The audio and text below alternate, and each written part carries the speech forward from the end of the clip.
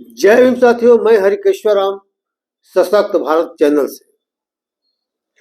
साथियों, आज का संदर्भ ये है कि अति पिछड़ा वर्ग लालू और नीतीश से नाराज क्यों, और इसका खमियाजा क्या दोनों को भुगतना पड़ेगा। तो चलिए चलते हैं, नाराजगी का कारण क्या है। वर्ष 2015 में महागठबंधन की जब सरकार बनी थी नीतीश कुमार के नेतृत्व में, प्रमुख पार्टनर के रूप में बीजेपी कह रहे हैं, आरजेडी थी, कांग्रेस थी और नीतीश कुमार के नेतृत्व में सरकार बनी थी। उस समय ये लोगों ने एक निर्णय लिया, बहुत खतरनाक निर्णय लिया, कि जो कर्पूरी ठाकुर के मूल अति पिछड़ा थे, जिसमें 110 जातियां थी, उसमें और 3 जातियों को जोड़ दिया गया। तो पहले भी जोड़ा गया है, लेकिन अभी जो 3 जातियों को जोड़ा गया महागठबंधन सरकार के द्वारा नीतीश और लालू जी के नेतृत्व में, तो उसका जो दुष्परिणाम निकलकर सामने आ रहा है कि आप देखेंगे कि जो चुनाव हुआ जिला परिषद का, तो टोटल 8 जिला परिषद अध्यक्ष का पद रिजर्व था अति पिछड़ों के लिए,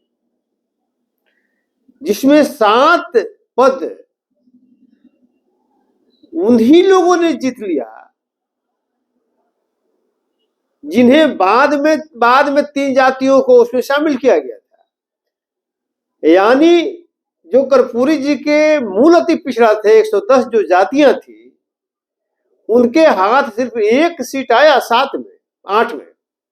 अब सोचिए कितना मतलब बैडली इफेक्टेड मान लीजिए हुआ अति पिछड़ा वर्ग के लोग।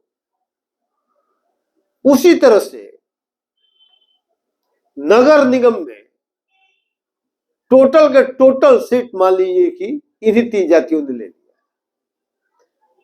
बीपीएससी के द्वारा जो परीक्षा हो रही है उसमें 70 से 80% यही लोग आ जा रहे हैं। तो अब बताइए कि अति पिछड़ों का वर्गीकरण किया गया, पिछड़ा और अति पिछड़ा में, तो वर्गीकरण का मतलब क्या रह गया? सामान्य परिस्थिति जनता के शिकार लोगों को एक कैटेगरी में रखने का प्रावधान मान लेके था। तो ये सामान्य परिस्थिति 3 जातियां उस परिस्थिति में नहीं थी जो मूल अति पिछड़ा वर्ग के लोग थे, फिर जबरन उसमें किया गया, और जिसके कारण आज अति पिछड़ों वर्ग में भयंकर नाराजगी है, काफी नाराजगी है।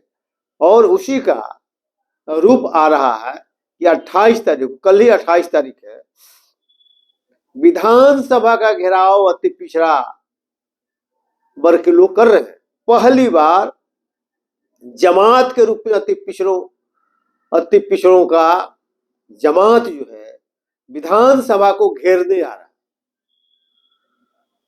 जिसका नेतृत्व प्रोफेसर रामबली सिंह चंद्रवंशी कर रहे हैं। और रामबली सिंह चंद्रवंशी को भारी समर्थन मिल रहा है। समर्थन इसलिए मिल रहा है कि उन्होंने इस लड़ाई को आगे बढ़ाया, और इस लड़ाई को आगे ही नहीं बढ़ाया बल्कि इस लड़ाई को आगे बढ़ाने के कारण उनको अपने एमएलसी पद की कुर्बानी देनी पड़ी। लालू यादव ने मना किया कि आप लड़ाई मत लड़ो, एमएलसी हमारा हो, मेरे पार्टी को एजेंडा में नहीं है अति पिछड़ों की लड़ाई, इसलिए ये लड़ाई तुम मत लड़ो। आज उन्होंने लड़ाई लड़ने से मना नहीं किया और कहा कि अति पिछड़ों के समाज की लड़ाई है, जमात की लड़ाई है, मैं अति पिछड़ों की लड़ाई को कैसे छोड़ सकता हूं। नतीजा हुआ कि उनको विधान परिषद की सदस्यता गंवानी पड़ी। खैर, अब सवाल उठता है कि जो बिहार विधानसभा का घेराव हो रहा है, भारी समर्थन मिल रहा है चारों बगल से। भले आर्थिक स्थिति उतनी मजबूत नहीं है जिसके कारण बहुत कुछ नहीं हो पाएगा, इसके बावजूद भी दिल से जो भी आएगा अपने मन से आ रहा है, दिल से आ रहा है। और professor Rambali Singh Chandravanshi as a leader अति पिछड़ा वर्ग के काफी औरों से काफी आगे निकल चुके हैं, और यही अगर कारवा रहा तो अति पिछड़ों का स्थापित लीडर के रूप में, सबसे बड़े लीडर के रूप में रामबली सिंह चंद्रवंशी होंगे। अगर थोड़ा सा आगे मान लीजिए कि आगे बढ़ी है, हालांकि इस लड़ाई के कारण बीजेपी ने 2 लोगों को राज्यसभा भेज दिया अति पिछड़ों। बीजेपी ने देखा कि जदयू से, नीतीश कुमार से और लालू से अति पिछड़ा वर्ग के लोग नाराज हैं, तो उसको भुनाने के लिए बीजेपी ने 2 लोगों को राज्यसभा में भेज दिया, एक मूल अति पिछड़ा वर्ग से और एक मान लीजिए के बाद में जो जोड़ा गया उससे। लेकिन इसका मतलब ये नहीं है कि बीजेपी बहुत बड़ा हितैषी हो गई। अगर हितैषी रहती तो जो समाज के लिए लड़ने वाले लोग हैं उनको भेजती।